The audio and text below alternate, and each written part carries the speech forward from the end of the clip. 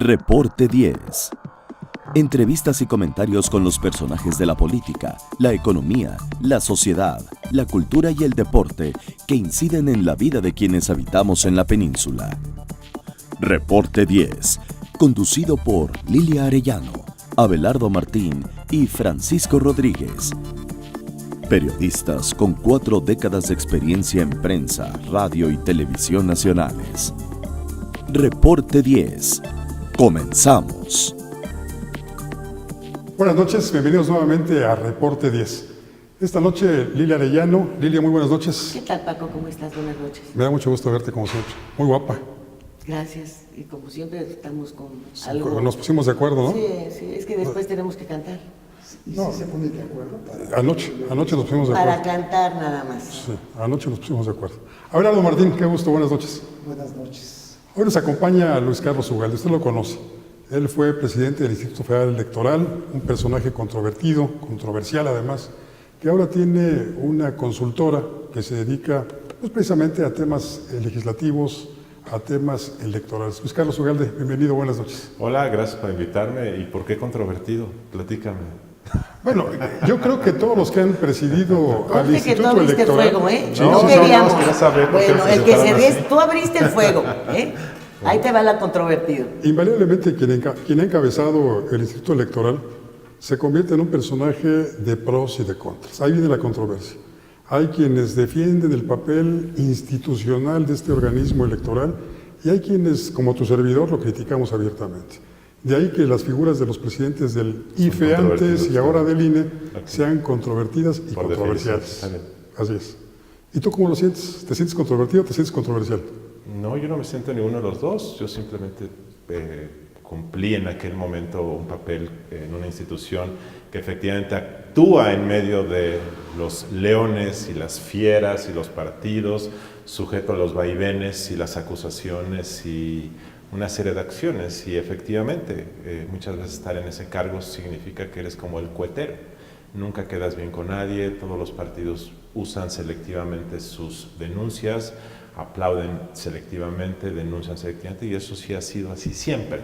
De tal forma que ese sí me parece que es uno de los grandes dramas de la democracia mexicana, el hecho de que seguimos presa, desde el siglo XIX, por cierto, no es nuevo, de que los candidatos actúan, aceptan o no aceptan de acuerdo al momento, de acuerdo a las circunstancias. Sí es cierto, y esto ha ocurrido en los últimos años, que las condiciones de competencia se han degradado en México. Sí es cierto eso.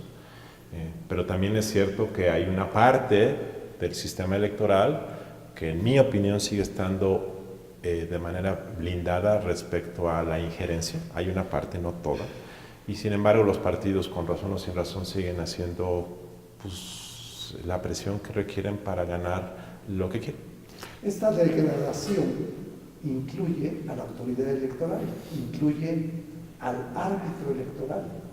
Yo diría que antes de comentar de eso ha habido una degradación en la calidad de la regulación electoral y que esa degradación de la regulación electoral que empezó desde mi punto de vista en 2007 ha venido complicando las cosas por ideas absurdas, ingenuas, incluso ideas irresponsables como esta que tuvo el presidente del PAN en 2013, que dijo que para impedir la interferencia de los gobernadores, según el del PRI, y digo según el del PRI porque en realidad son todos los gobernadores de todos los partidos los que en ocasiones se interfieren, dijo que había que centralizar las elecciones. Y me parece una idea tonta, una idea ingenua, una idea irresponsable, porque hoy vemos que el PAN en estas elecciones fue el que dijo que en Coahuila, por ejemplo, había sido el gobernador Moreira el causante de que hubieran perdido. Entonces, si el PAN propone una idea en 2014 y 3 años después dice que son los gobernadores los que impiden que el PAN gane, pues quiere decir que fue una idea Equivocada. dicho de una manera amable, equivocada. ¿Sí? ¿Y por qué en el momento en el que se están estudiando las plataformas, se tienen ya experiencias muy claras, suficientes para enderezar muchos de estos esquemas electorales que tanto dañan, que nos resultan tan caros, tan insatisfactorios, tan alejados de la credibilidad, tan poco atractivos, que se sigue teniendo un abstencionismo altísimo, con lo cual pues tampoco cumplen con su función de una promoción de voto como derecho ciudadano, como obligación ciudadana, si se quiere ver también.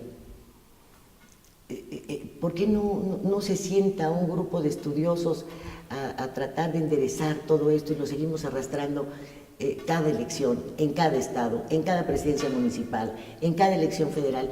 Todo sigue siendo un cochinero. No sé si todo sigue siendo un cochinero, porque también sería ser muy injusto decir que Es todo es como un cuando cochinero. escoges los frijoles, ¿verdad? No, el kilo de frijoles no todos son piedras, pero trae las suficientes piedras como para poderte lastimar una muela, tirarte dos si no haces las cosas correctamente. Y si esos frijoles te traían demasiadas, no los vuelves a comprar en el mismo lugar. Y aquí son tantos los puntos que se tienen, que son negativos, que bueno, no puedes tú hablar de una autoridad electoral confiable. Bueno, primero... Tú abriste fuego, ¿eh? No es fuego, pero es que yo creo que generalizar Es juego. es injusto. Por ejemplo, el año pasado, en este momento hay 3 gobernadores sujetos a proceso por corrupción, gracias a que el año pasado hubo alternancia en Veracruz, en Chihuahua y en Quintana Roo. Si en esos 3 estados hubiera ganado el PRI, que gobernaba, probablemente ninguno de esos 3 exgobernadores estaría ahorita sujeto a un proceso judicial. Entonces, quiero decir que ahí, con todo el esfuerzo que hizo la maquinaria del partido en el gobierno, ganó la oposición porque Pero mucha Yo gente salió a creo que votar. porque llenó la gente, llenó las urnas. No porque Yo la creo autoridad que sí. electoral haya actuado Sí, yo creo correctamente. que sobredimensionas el papel de los partidos en esta cacería de gobernadores. Quien verdaderamente impulsó que estos 13 gobernadores que están ahora mismo en la picota lo estén, ha sido la sociedad, ¿eh? Y los partidos ya no pueden seguir haciéndose sordos ni ciegos ante los reclamos sociales. Si Javier Corral no hubiera ganado en Chihuahua, dudo que ahora tuviera una orden de aprehensión César Duarte. Si en Quintana Roo hubiese ganado el PRI otra vez, dudo que se hubiera obtenido la evidencia que ha permitido construir. Si en Veracruz hubiera ganado el PRI otra vez, probablemente la presión política para que el gobierno federal actuara después de años que le estuvieron Sí, exigiendo pero a ahí lo el mejor señor no Córdoba no existiría. tuvo nada que ver, Luis Carlos, nada que ver. Ni él, ni los magistrados que cobran un dineral, No, ni los ahora consejeros, volvemos ni nada por el a las estilo. autoridades ¿Qué tuvo electorales? que ver? En el caso de Chihuahua, bueno, pues que llegaron al colmo de matar a una activista de derechos humanos que andaba buscando al asesino de su hija, que presentó, incluso abogó y sacó de la cárcel a quien habían culpado y que era inocente. Y la era una matan periodista. enfrente del palacio y matan a una periodista. Y luego en Miroslava Quintana Brecht. Roo, pues los abusos, el enriquecimiento, la poca atención a la ciudadanía, los problemas en la Riviera Maya, en Cancún, que se venían Lo que yo recrudeciendo. quería comentar es que yo no Sacaron a la gente a estoy de votar. acuerdo que todo sea un cochinero. Sin embargo, yo empecé diciendo que las condiciones de las elecciones se han degradado. Sí. Y se han degradado primero por el dinero, porque se usa mucho dinero ilegal para fondear campañas. Y esto viene de gobiernos que usan dinero público para financiar campañas, viene de empresarios, viene de constructores, dádivas viene de por todos lados. hoteleros, viene de muchos lados. Y eso ha hecho Del muy narco. corrupto y también en algunas ocasiones seguramente de Tú crimen mencionabas hace organizado. un momento que habría que revisar nuevamente las leyes electorales. Pero los ciudadanos también vemos que a cada elección una reforma electoral. Creo que esta ha sido la excepción, esta administración. Pero desde 1979 venimos arrastrando el problema de que cada ocasión que hay una elección, los partidos políticos, no la sociedad, buscan de qué manera mejor acomodarse, que las leyes se les acomoden a ellos, no ellos acomodarse a las leyes. Entonces, ¿qué propondrías? ¿Una nueva reforma electoral? La solución a la degradación de las condiciones de la competencia pasa poco por las leyes electorales, pero sin embargo hay que ajustarlas, hay que quitarles la grasa que se ha acumulado justamente para responder a las peticiones de los perdedores. Quiero esta prohibición, quiero centralizar elecciones, quiero tal y tal cosa. Y esta petición ha engordado una regulación electoral que es mala, es ingenua, es torpe, no va al fondo de los problemas. Y las cuotas, ¿qué tanto que tienen que ver con el acumulamiento de grasa? Sabemos que cada que hay una renovación en el Instituto Electoral y en los institutos electorales de todo el país, van por cuotas, tantas le corresponden al PRI, tantas le corresponden al PRD, y nació, creo que todavía tú encabezaste un instituto ciudadano, pero ahora... Siempre ha habido cuotas en el INE, siempre, desde 1996, los partidos han designado a los consejeros por cuotas, esto no es nuevo. Pero eso ¿cómo los ha afectado? ¿Cómo nos ha afectado a nosotros los ciudadanos? afecta que en ocasiones algunos consejeros, no todos, que son designados por un partido, responden a su interés de partido. Eso es cierto. Y eso ha sido cierto desde la época de José Woldenberg, lo fue cuando yo fui presidente y lo ha sido desde entonces. No ha cambiado. La única diferencia es el balance. En ocasiones algunos consejeros nombrados por partidos asumen que una vez en la silla, pues rompes el cordón umbilical, y otros siguen actuando como correas de transmisión, y eso ocurre en los tribunales. ¿Y otros se venderán? Y otros se pueden vender, por supuesto. Ahora, el tema central aquí es que efectivamente los partidos quieren cooptar y quieren cooptar y quieren presionar. Ya me parece que en 2007 se cometió un error estructural muy grave, que fue haber removido a consejeros electorales por una presión política, y de esa forma, la única manera de tú romper con el cordón umbilical de quien te nombra es que una vez que te sientes en la silla, nadie te puede quitar, bajo ninguna circunstancia. Y si eso se respetara en México, entonces tú dices, oye, me propuso el Verde, el PRI o el PAN o el PRD, pero ya estoy aquí, voy a hacer mi chamba porque nadie me puede quitar. Y la inamovilidad que se violentó desde 2007 y se ha cambiado muchas veces, sí afecta, porque la amenaza de que te pueden quitar si no cumples lo que te dicen es real. Una revocación de mandato. Premio o castigo. Pues es un premio o castigo, es la presión permanente. Y hay en el caso del Tribunal Electoral hay una cosa muy perversa que yo creo que se debe cambiar. Todos los magistrados electorales desde hace tiempo tienen la ilusión de después convertirse en ministros de la Suprema Corte. Entonces, imagínate un magistrado electoral que dura 10 años y que sabe que si quiere ser ministro dentro de algunos años, pues no se puede pelear con los partidos, menos con el partido en el poder. Y eso me parece súper perverso. Bueno, sabemos de los partidos, pero antes de irnos a una pequeña pausa, ¿por qué no nos dices, ¿hay línea del presidente en el Instituto Electoral? Del presidente de la República, Sí. Pues hay correas de transmisión y mecanismos de presión y de, pues por supuesto. ¿Cabilderos? Sí, claro. Y los hay del PAN y los hay del PRD. Morena tiene... Sí, yo no dije del presencia. presidente Peña, ni del presidente Calderón, ni del presidente. ¿Hay línea de los presidentes? Sí, a través del PRI, por supuesto, o del secretario de Gobernación. Bueno, no línea, hay un mecanismo de querer influir, sí, claro, por supuesto. Y en ocasiones de querer presionar, por supuesto, sin duda. Qué bien. Pues vamos a una pequeña pausa y si nos permite, enseguida volvemos. En un momento regresamos a Reporte 10.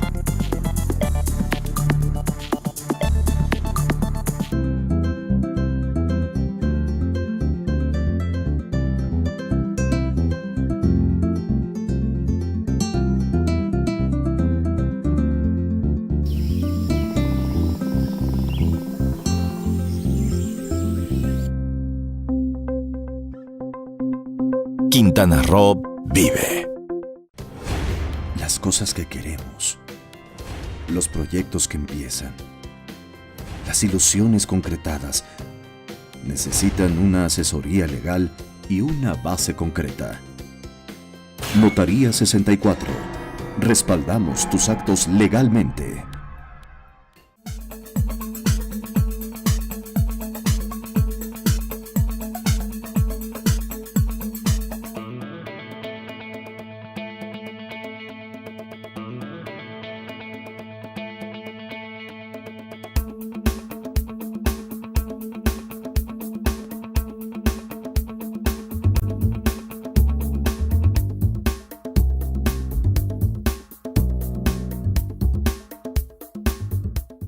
Gracias a los esfuerzos del gobierno de Isla Mujeres, Administración 2016-2018, Playa Centro en Isla Mujeres cuenta con el distintivo Blue Flag. Dicho certificado es entregado por la Fundación Europea de Educación Ambiental a las playas y marinas que cumplen criterios establecidos de calidad, seguridad, educación e información ambiental. Con ello, no solamente se ha logrado mantener el distintivo Blue Flag, sino que este año será ratificado.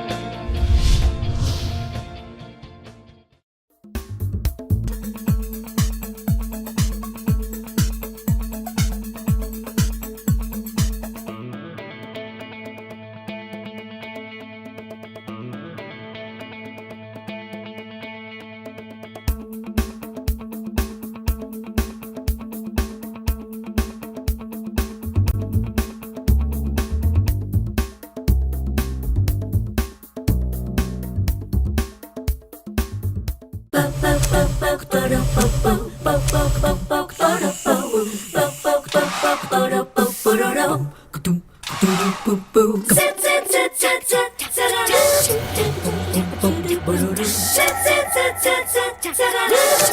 Qué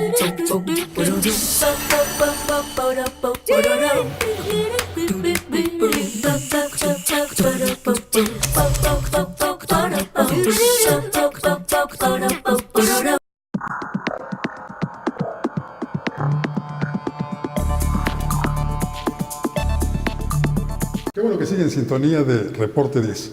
Estamos platicando, una plática muy animada, como usted puede darse cuenta, con Luis Carlos Ugalde. Luis Carlos, ahora tienes una consultora. ¿Esta consultora a qué se dedica? Se dedica a temas de análisis de riesgo político, sobre todo para empresas del sector privado que quieren hacer negocio en México, que quieren invertir, que quieren estar enterados de cómo el ambiente político, legislativo, de seguridad y gobernabilidad puede afectar su línea de negocio. Y dos, hacemos temas de evaluaciones de impacto social para proyectos de infraestructura. Si tú quieres poner un ducto, pues hay que analizar el contexto social, comunitario que hay en esa línea. Y si quiere haber un ducto para sacar guachicol, ¿también me apoyarías? No, y si te cae un res o cabón, ¿cómo se llama eso? Oye, ¿les preocupa la seguridad de los extranjeros que quieren invertir en México? ¿O les preocupa la elección? Les preocupa más la corrupción que la inseguridad. La corrupción ya es un riesgo mayor que la inseguridad. Fíjate a qué nivel hemos llegado. De tal forma que la inseguridad en algunos casos se da por descontada. Tan es así que, por ejemplo, las rondas de licitaciones petroleras han sido exitosas a pesar de eso. Les afecta más la corrupción, que está, en mi opinión, fuera de control en México. Totalmente. Y un poco en la lógica que mencionabas de la degradación de la autoridad electoral, el papel perverso de partidos políticos o de miembros de partidos políticos, ¿cómo viste las últimas elecciones y cuáles ves como riesgos para la del 18? El mayor riesgo de la democracia mexicana y de la democracia electoral y de las elecciones de 2017 y de las de 2018 es el dinero ilegal que fluye de las campañas políticas y que ha generado un problema de corrupción fuera de control. De hecho, el problema de corrupción en los gobiernos se gesta en la campaña, porque si tú eres candidato a gobernador y te dan 200 millones por debajo de la mesa, pues tú llegas a tu cargo el primer día y ya debes 200 millones. ¿Y cómo los pagas? Con obra pública, contratos o permisos. O de la caja, tomas dinero de la caja y pagas. Y te cobran 10-1 o 20-1 porque quienes te prestan, pues tienen riesgo y te dicen, te presto un peso pero me pagas 10. Entonces ese es el mayor problema. Y esto es lo que está generando una enorme distorsión en las condiciones de competencia, en el clientelismo electoral, en la movilización del voto, en los intentos de compra del voto, en el pago de cobertura informativa que existe en muchos lugares. Ese es el mayor problema, ese es el mayor riesgo para las elecciones. Se ha visto desde fines de la década pasada y en este problema ha crecido y crecido y crecido. En Integral hicimos un estudio. ¿Integral es tu empresa? Integral es la empresa. Hicimos un estudio de cómo aumenta la liquidez o el uso efectivo en periodos electorales en México, con datos del Banco de México, lo que llaman el M1, que es el número de billetes y monedas en poder del público. En 2012, por razones no económicas, te creció 37,000 millones de pesos el uso efectivo en la economía mexicana en los primeros meses durante las campañas. Eso es un indicativo de que probablemente hay miles y miles y miles de millones de pesos que pueden llegar hasta más de 30,000 en el caso de 2012, que es dinero en efectivo que se usa para fondear campañas, que por supuesto rebasa los topes de campaña por 10 veces. Ahora en Coahuila, por ejemplo, se está discutiendo que el PRI o el PAN habrían rebasado el tope por 5 millones. Todos los partidos están rebasando topes de campaña, en ocasiones por decenas o centenas de millones de pesos. Ese es el mayor problema y el mayor riesgo hacia los niños. ¿Cómo financiar ¿Por qué la autoridad no actúa? ¿Por qué no? ¿Por qué no? 5 millones de pesos es un absurdo. 37,000 millones El de caso pesos, del bueno. Estado de México, el desfile de miembros del gabinete entregando televisores, tinacos, etcétera, pues fue muy claro. O sea, hay cosas que la gente ha visto que ellos... Y dinero en efectivo, además. Y dinero en efectivo, además. Ellos lo saben bien, porque finalmente son ciudadanos de este país. También escuchan a sus vecinos, también tienen amigos. Me supongo que les preguntan Entonces no se pueden hacer de la vista gorda como lo están haciendo. ¿Cuál es el problema de no eliminar una elección? De no decir, bueno, señores, hasta aquí, eso es un remedio, ¿no? Porque en derecho electoral tú requieres tener evidencia y comprobación y pruebas fehacientes y suficientes. Y todo este dinero que fluye a las campañas fluye en efectivo. Y son donaciones en efectivo y no hay comprobación de que eso haya ocurrido. Sí, pero a ojos vista está el gasto. Ese está visto. Sí, pero tienes que decirme... Es como cuando queremos llevar a los corruptos a la cárcel, acusados de un enriquecimiento inexplicable, y dicen, no se lo podemos comprobar. No, sí. Pero si están todas esas propiedades... Bueno, dime que está su nombre. Si no está su nombre y si no hay evidencia de que fue para su beneficio, no van a la cárcel. O sea, los acusas de ladrones, no de tontos. Entonces, no hay solución. No, sí hay solución. Desafortunadamente no. Lo que estoy tratando de decir es... Fluye mucho dinero en efectivo, muchas veces los gastos de una campaña no los paga el partido, los pagan terceros. Entonces, un gobierno de un estado puede pagarle al proveedor de espectaculares de manera directa y ese proveedor maquila a un candidato. Puede pagarle camisetas un empresario de manera directa a un productor de camisetas y entonces... Pero eso está regulado las aportaciones de la iniciativa privada, no, es que, están regulados hasta cierta cantidad. No se reportan, tiene razón, no se detectan. Entonces, la autoridad electoral no ve eso, no tiene instrumentos. Ahora, ¿se puede solucionar? Sí se puede solucionar, pero no tiene nada que ver con lo electoral. Tiene que ver con disminuir la capacidad de los gobiernos para desviar fondos públicos. O sea, ¿cómo le hizo Javier Duarte en Veracruz para desviar tanto dinero? Pues la Auditoría Superior lo ha venido detectando y nadie hacía nada. Entonces hay que mejorar la fiscalización de los recursos públicos. 2, si tú eres empresario y le quieres dar a Paco una donación de 10 pesos para su campaña, yo le voy a decir a Paco, te voy a dar 10 pesos, pero tú me vas a devolver 1,000 pesos ya que seas gobernador. Pero si Paco no me los puede devolver porque sucede que la ley de obra pública es muy estricta y no me puede dar una asignación directa o no me puede dar un permiso como yo quisiera, entonces yo a Paco no le voy a dar lana porque sé que Paco, una vez que sea gobernador, va a tener las manos atadas. Eso es lo que hay que atacar, su capacidad de pago. Siempre buscaré la forma de compensar. Sí, pero hoy hay una enorme discrecionalidad para que Paco me dé una carretera de manera directa. Y esa simulación de la ley de obra y la ley de adquisiciones es el mecanismo que hay que atacar. Lo de la fiscalización del INE es totalmente irrelevante. Eso no sirve para nada. ¿Y entonces por qué nos cobran sueldos tan altos? Bueno, porque si la finalmente ley, no pueden hacer nada. Porque esto no es un problema del INE, es un problema de los legisladores que han hecho legislación innecesaria, irrelevante. La ocurrencia de Gustavo Madero, presidente del PAN en 2013, le hizo mucho daño a esta democracia. Porque Gustavo Madero, en lugar de haber hecho una petición seria de una reforma electoral que podía haber hecho el PAN, porque en 2013 y 2014 tenía el gobierno hincado, porque el gobierno quería una reforma energética y estaba dispuesto a dar a todo. Y en lugar de pedir algo inteligente, algo serio, algo de fondo, pidió centralizar la organización de los comicios en el INE como si eso fuera a atarle la mano a los gobernadores. No sirvió de nada. Pero él está muerto de risa despachando. Le vale, hay una enorme impunidad. Del gobierno de Chihuahua y cobrando un salario y seguramente nada. Haciendo negocios también.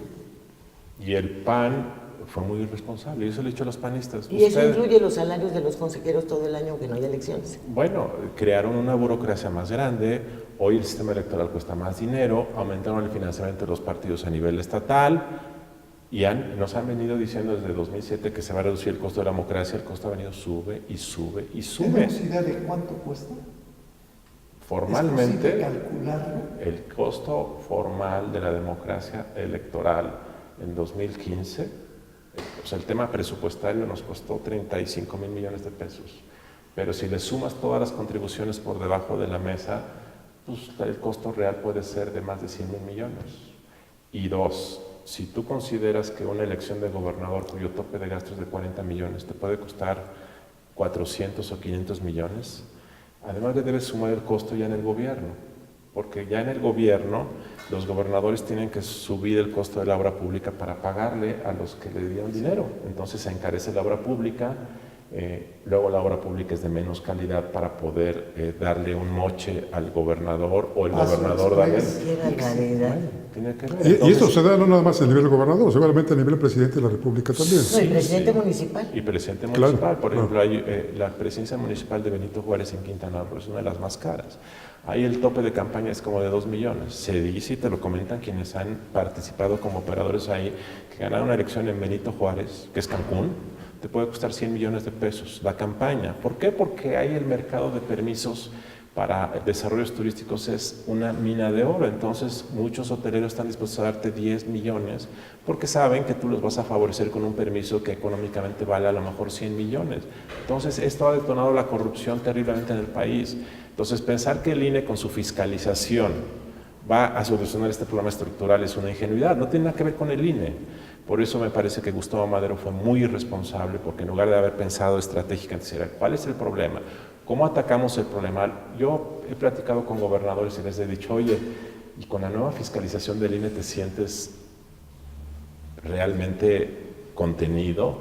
El hecho de que los consejeros del OPLE sean nombrados en la Ciudad de México, ¿te preocupa? Se ríen, se burlan, porque la influencia de un gobernador en un proceso electoral depende de su capacidad de usar dinero público con fines políticos, de su capacidad de influir a los empresarios, de su capacidad de hacer muchas cosas, y el INE no tiene posibilidad de poder contener eso. Ven nada más de qué nos estamos enterando. Esta cadena, fíjate, cómo es como una cadena de producción. Desde que empiezas a la siembra hasta que llevas el producto terminado. Esta democracia tan cara no es nada más representativa del grupo de la autoridad electoral. Lo arrastra todo. Por eso ahora que se está todo. echando a andar Y Benito Juárez no cuesta 100 millones, cuesta mucho más. ¿O más? Pero muchísimo más. Esta información está hace 4 años, seguramente hoy puede costar 200 millones. Hace 4 años tendría que haber sido 1, 3. No, hombre, le costó muchísimo más. A Paul Carrillo. Pues lo llevaron a la cárcel al que llevaba el dinerito para la campaña. A Cacique. Un candidato, lo mataron, hazme el favor. Un candidato a diputado local en Oaxaca, comentaba, todas estas son conversaciones anónimas que nosotros hacemos con el fin de determinar o hacer estimaciones de esto. Nos decía, en mi campaña costó 7 millones de pesos. El tope de una campaña de diputado local en Oaxaca debe andar en 800,000 pesos, 700,000. Esos 6 millones o 7 millones más de un diputado local. Imagínate cuánto cuesta la de una alcaldía. Entonces, ese es el gran problema de la democracia electoral. Y yo veo que para 2018 esto no se va a contener, pero ojalá a partir de 2019 se piense con seriedad esto, porque esto se está pudriendo el sistema. Este es un espacio de opinión crítico, pero también propositivo. ¿Con qué cerrarías tu participación? Yo diría que este es el tema fundamental a partir de 2019, y yo creo que lo que se tiene que hacer es, 1, mejorar los mecanismos de fiscalización de las finanzas municipales y estatales para prevenir el desvío de recursos públicos. 2, cerrar la posibilidad de la discrecionalidad para dar contratos y obra pública y permisos, que es lo que usan los gobernantes que ganan para pagarle a sus fondeadores. ¿Se puede? Sí se puede. Y luego hacen pasos expresos. Sí. Y 3, revisar el tema de la publicidad oficial. Felipe Calderón subió el gasto en publicidad oficial de 900 millones a 5,000 millones. Y le hizo un gran daño a la democracia de México, porque lo que generó fue un mercado ficticio que los gobernantes usan de manera selectiva para generar un coro de medios que no contribuyen a un debate serio, un debate informado, un debate crítico. Y entonces el mercado de medios de comunicación en México se ha inflado de manera ficticia al amparo de gobernadores que quieren ser famosos. Ese creo que es un gran daño que se ha generado también. ¿Me permites una última pregunta? Por favor. La reelección de alcaldes. Es un gran peligro. Yo estoy a favor de la reelección, pero como están las condiciones de competencia en México, creo que la reelección se puede convertir en una pesadilla. No hay reglas claras, los alcaldes y los diputados pueden abusar del dinero público para reelegirse. En los congresos hay un problema de corrupción terrible con el uso de dinero internamente entre las bancadas. Yo estoy muy preocupado. Estando a favor de la reelección, en las condiciones actuales de competencia puede ser una pesadilla. Y son más de 1,000 alcaldías. cerca ¿Qué de panorama? 9,000 regidores. Pues fíjate que vamos a tener que invitar a Luis Carlos en varias ocasiones, porque hay un tema que él ha venido promoviendo y proponiendo, en el cual que es coincidimos. el voto obligatorio. En el cual coincidimos. Y aparte el tema de la corrupción. Yo pensaba que íbamos a hablar de temas electorales y medio apuntamos el tema de la corrupción y lo del voto obligatorio. Lo Por dejamos para cierto, el siguiente un programa. breve comentario. El voto Sí. obligatorio es una decisión interesante porque lo que te hace es que te disminuye el rédito de la compra del voto. No es lo mismo intentar comparar el voto cuando vota el 40% de la lista nominal que cuando vota el 90%. Cuando Entonces, tienen que votar todos. no hace sentido dar lana para tratar de comprar una elección donde casi todos votan. Disminuye su rentabilidad. ¿Para qué compro si de todos modos van a votar? Entonces, otra vez, los reguladores ingenuos dicen, para acabar con la compra del voto hay que prohibir la entrega de dádivas y de cachuchas. Eso no se prohíbe. Lo que sí puedes decir es, todos van a salir a votar porque si no les pongo una multa, y entonces yo, que soy estratega en una campaña, le digo a mi candidato, Paco, ¿para qué destinamos 50 millones en dar lana a la gente? Mejor, no vamos a hacer diferencia, mejor vamos a invertirlo en otra cosa. Y eso puede ser mucho más inteligente para estos problemas. Que, por cierto, una de las razones por las cuales las campañas cuestan tan caras es que, como hay mucho dinero en efectivo para la movilización del voto y la compra del voto, las estructuras de los partidos, tú le das al coordinador de una pirámide de movilizadores 10 millones. Y esos 10 millones se van quedando entre los intermediarios. Y lo que llega a los votantes es un peso, uno de 10 o 2 de 10. Entonces hay una enorme corrupción en los operadores Claro, de campañas. porque es dinero en efectivo, sin comprobantes. Entonces, Visible porque en cada campaña le ponen un piso más a su casa. así es. Luis Carlos, de verdad qué gusto que hayas aceptado Gracias. nuestra invitación. Está abierta cuando tú gustes Por para que supuesto. sigamos platicando sobre estos temas siempre Claro muy que sí, interesantes. gracias y mucho éxito. Lilia, gracias, buenas noches. Buenas noches, Paco. Abelardo, muchísimas gracias. Y gracias a usted que nos sintonizó. La invitación queda abierta para que nos acompañe la próxima semana. Y mientras tanto, le deseamos como siempre que haya buenas gracias y muchas noches. Ahora tiene usted a la mano más herramientas informativas para que emita su propia opinión. Comuníquese con nosotros, aporte sus comentarios y sugerencias a los correos y redes sociales que aparecen en su pantalla. Mientras, le invitamos a sintonizar Reporte 10 la próxima semana, a la misma hora, por esta señal que siempre va contigo.